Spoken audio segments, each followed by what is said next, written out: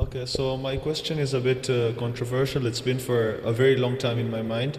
I've tried asking many people, but I still am not satisfied with the answer. My question is about music. Why is music haram? Like, some people, they use it as a motivation. They say that if you listen to music, it makes you feel low, it makes you feel bad, sad, or something like that. But then I know people that use music as a motivation to study, and they listen to music and they pass really well. And they are Muslims as well, they are Hindus as well. Many people, a lot of my friends, they listen to music and their mind becomes more stable. So why is it haram while it can be used as a tool to help us achieve our goal?